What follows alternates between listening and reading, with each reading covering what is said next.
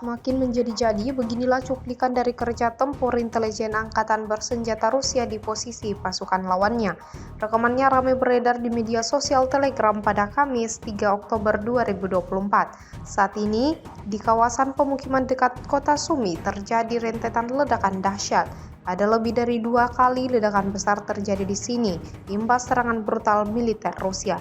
Akibatnya, militer Ukraina dapatkan kerugian yang cukup besar, diantaranya 5 kendaraan militer pick-up rusak parah.